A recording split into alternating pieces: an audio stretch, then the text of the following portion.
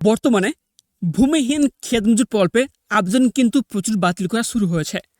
তবে ঠিক কী কারণে ভূমিহীন ক্ষেত মজুর প্রকল্পে আবেদন বাতিল হচ্ছে? যদি আপনার আবেদন বাতিল হয়ে যায় তাহলে আপনার করণীয় কী, বা আপনি কি করলে প্রকল্পের সুবিধা আবার পেতে পারেন? এছাড়াও এই ভূমিহীন ক্ষেত মজুর প্রকল্পের টাকা কবে থেকে দেওয়া হবে, আর যাদের স্ট্যাটাসে নো একটা ফাউন্ড দেখাচ্ছে ওনারা বা কী করবেন, আর কি করলে বা তাদের নাম নো একটা ফাউন্ড থেকে সরাসরি স্ট্যাটাসের মধ্যে দেখা যাবে, এই সমস্ত বিষয়গুলো আলোচনা করব আজকের ভিডিওটির মাধ্যমে। তাই ভিডিওটি প্রথম থেকে শেষ পর্যন্ত মনোযোগ সহকারে দেখবেন, এবং তার সাথে আপনার যদি আমার এই চ্যানেলটিতে প্রথমবার হয়ে থাকেন তো চ্যানেলটিকে সাবস্ক্রাইব করে পাশে থাকা বেল আইকনটি অন করে রাখবেন। তো চলুন ভিডিওটি শুরু করা যাক। প্রথমে আপনাদের জানা রাখি, ভূমিহীন ক্ষেত মজুর প্রকল্পের টাকা কবে ঢুকবে। ভূমিহীন ক্ষেত মজুর প্রকল্পে আপনি আবেদন তো করছেন ঠিকই, কিন্তু কথা হচ্ছে এই ভূমিহীন ক্ষেত মজুর প্রকল্পের টাকা কবে ঢুকবে আপনার ব্যাংক অ্যাকাউন্টে। এই বিষয়ে অনেকে জানেন না যে এখন সোশ্যাল মিডিয়ায় নানা রকম বিভ্রান্ত ছড়ানো হচ্ছে। তবে যদি আপনি ভূমিহীন ক্ষেত মজুর প্রকল্পে আবেদন করে থাকেন তাহলে আপনাকে প্রথম দেখতে হবে যে আপনার স্ট্যাটাসের মধ্যে কোনো আপডেট এসছে কিনা। যদি আপনার স্ট্যাটাসের ঘরে আপনি দেখতে পান পেমেন্ট ফাইল জেনারেটেড, তাহলে আপনি বুঝে যাবেন যে আপনার আর স্ট্যাটাসের কোনো পরিবর্তন হবে না, কারণ এটাই হচ্ছে স্ট্যাটাসের লাস্ট স্টেপ। এখন আপনাকে শুধু অপেক্ষা করতে হবে, কারণ রাজ্য সরকার তরফ থেকে যতক্ষণ না পর্যন্ত প্রকল্পের টাকা ছাড়া হবে ততক্ষণ পর্যন্ত কোনো কৃষকের ব্যাংক অ্যাকাউন্টে প্রকল্পের টাকা ঢুকবে না। অনেকে বলছেন যে অনেকের কাছে কিন্তু SMS এসছে টাকা ঢোকার যে SMSটি এসছে এখন, সেটি কিন্তু আদৌ টাকা ঢোকার মেসেজ নয়। আপনার নাম ভূমিহীন ক্ষেত মজুর প্রকল্পে ফাইল অ্যাপ্রুভ হয়েছে, যে কারণে আপনার কাছে ওই SMSটি এসে গিয়েছে। ফাইনাল অ্যাপ্রুভ বলতে পেমেন্ট ফাইল জেনারেটেড। তবে পেমেন্ট ফাইল জেনারেটেড হওয়ার কারণে উপভোক্তার কাছে মেসেজ আসছে আপনার 2000 টাকা এই ব্যাংক অ্যাকাউন্টে শিডিউল করা হয়েছে। শুধু শিডিউল করা হয়েছে, এই SMSটি কিন্তু দেওয়া হচ্ছে। টাকা ঢুকেছে এরকম কোনো মেসেজ কিন্তু এখনও আসেনি কারোর কাছে, এমনটাই সূত্রের খবর। তবে তারপর নেক্সট আপনি জানেন নাকি যে ভূমিহীন ক্ষেত মজুর প্রকল্পের যাদের নাম রিজেক্টেড বা বাতিল হয়েছে তার কারণ কি রয়েছে।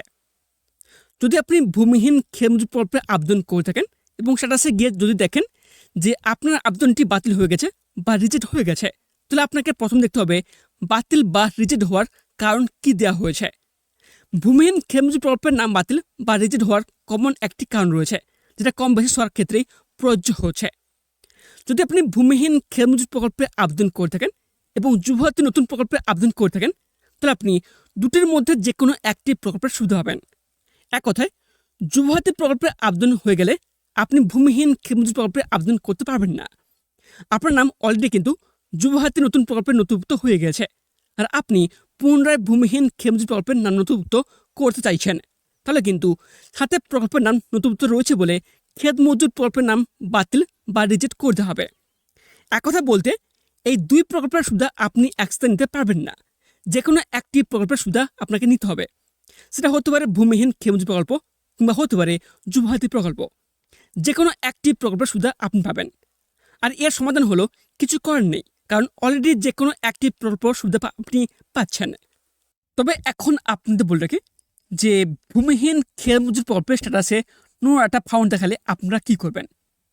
ভূমিহীন ক্ষেত মজুর প্রকল্পে আপনি আবেদন করছেন গত দুয়ার সরকার ক্যাম্পে, কিন্তু এখনও পর্যন্ত কোনো প্রকারেই আপনি স্ট্যাটাস দেখতে পারছেন না। স্ট্যাটাস দেখতে গেলে নোনাটা ফাউন্ড দেখাচ্ছে। তাহলে এখন আপনি করবেন কি যদি আপনার স্ট্যাটাসে নোনাটা ফাউন্ড দেখায়? তো দেখুন, এর জন্য আপনার আর কিছু করণীয় নেই, কারণ অলরেডি কিন্তু আপনি ফর্ম জমা দিয়ে দিয়েছেন। গত 15 তারিখ থেকে সম্পূর্ণভাবে সরকারি সমস্ত কাজ বন্ধ হয়ে গিয়েছে।